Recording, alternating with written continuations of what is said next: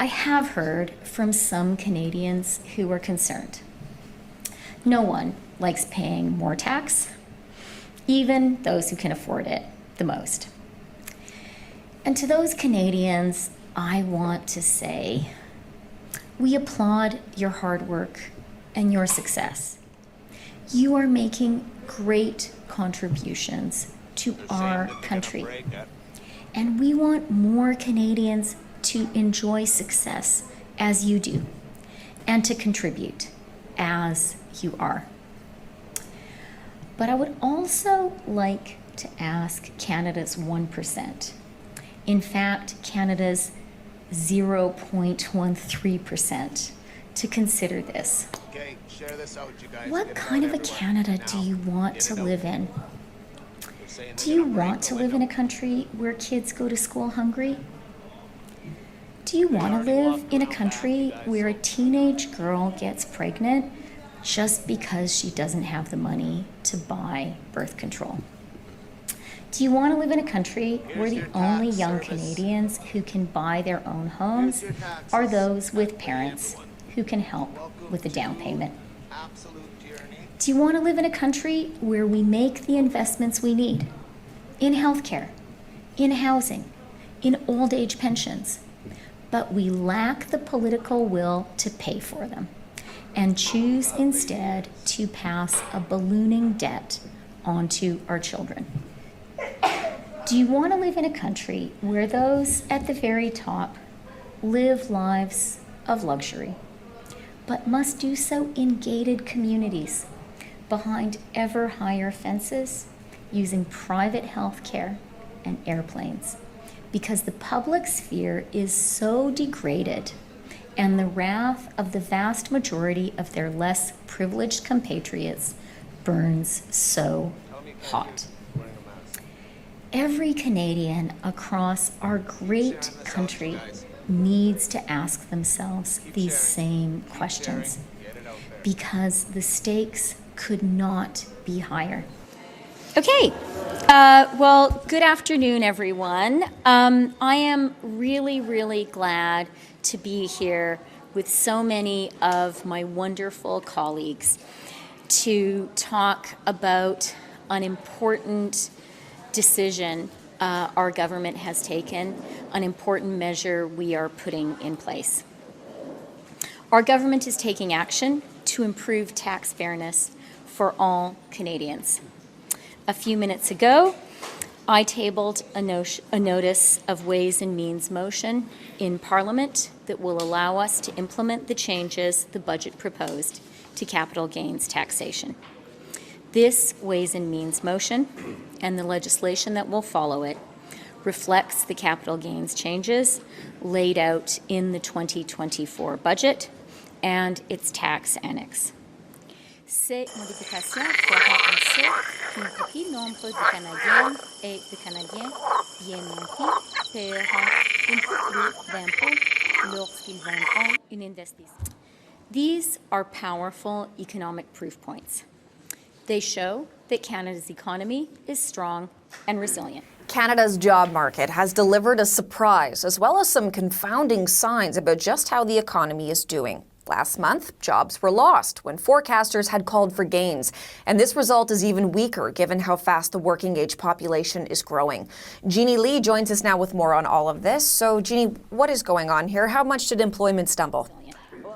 They show that our economic plan is fiscally responsible. And that really matters because it means that we can afford to make the investments Canada needs and to create the good jobs Canadians need. In 2009-10, the federal government alone will borrow $153 million a day. We've been in debt before. We built a national railway, struggled through a Great Depression, and fought bravely in 2 world wars. Yet, adjusted in today's dollars, the debts we racked up in those times of nation building and sacrifice pale in comparison to what we have today. Even if we accept that deficits in an economic downturn are justified, prolonged deficits are not. If we as taxpayers choose to be complacent about massive and prolonged deficits, we are also choosing the higher taxes to pay for them. This is roughly how much money Canada's federal government owed as of last year. 173,000,000,000.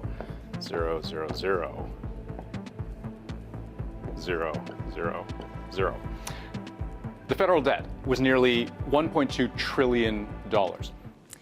We know now is the time to invest in Canada and in Canadians. And we know that the fair way, the responsible way to pay for those investments is to ask those at the top to contribute a little bit more. On Monday, Cabinet invoked the Emergencies Act to restore public order. Information is now being shared by law enforcement with Canada's financial institutions. Financial service providers have already taken action based on that information.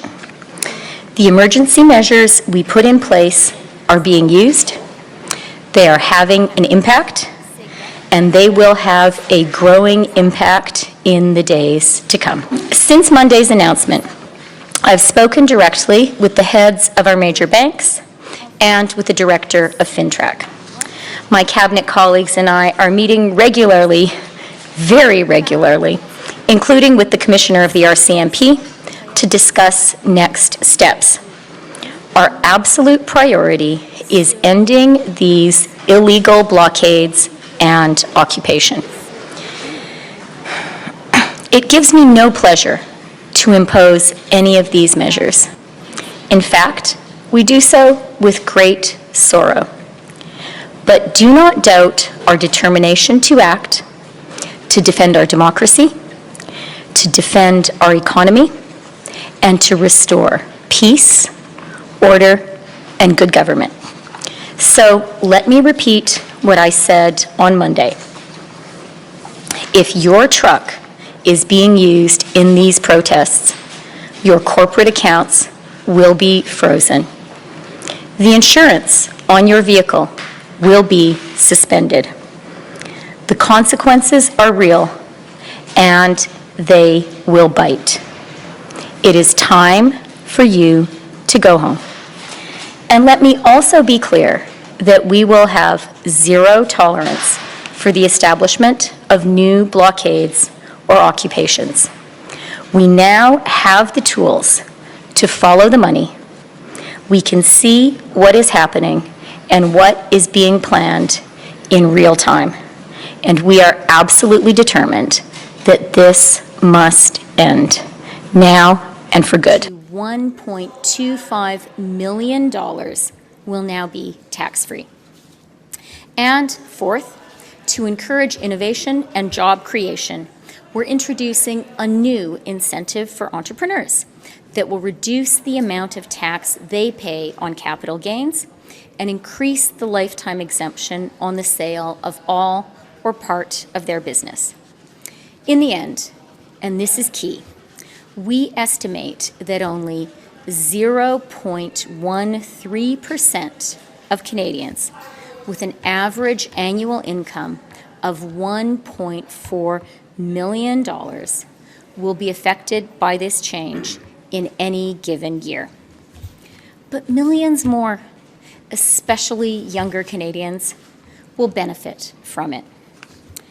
Taxing capital gains is not an inherently partisan idea.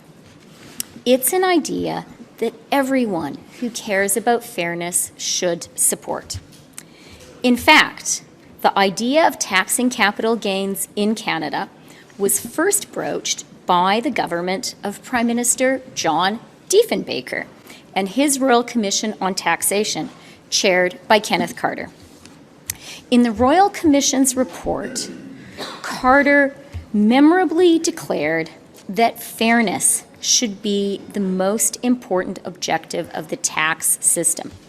He insisted, a buck is a buck is a buck. And Prime Minister Brian Mulroney raised the capital gains inclusion rate to 75%, higher than the rate we're establishing today. Very many of us here are Ukrainian Canadian, and Ukraine has a special place in our hearts. But I want to be very clear, Canada's support for Ukraine is not because of our Ukrainian Canadian community. We support Ukraine because Ukraine is on the front lines of the biggest fight in the world right now. The fight between authoritarianism and democracy. And that is why Canada will always stand with Ukraine. Okay, let me just start by highlighting why we are doing this. We believe in fairness for every generation, and that means we recognize we need to make some really important investments right now in Canada. We need to invest in housing with measures like our $5 billion investment in research, in postdocs, in universities, with measures like our support for AI, with measures like our investment tax credits for the industrial transition. We know we need to make these investments in a based on a fiscally responsible foundation. And so the fair way to finance them is with tax fairness. That's what we're doing. The two specific questions on entrepreneurs, small and medium-sized businesses. We do pay attention to tax competitiveness of Canada. It matters to us a lot.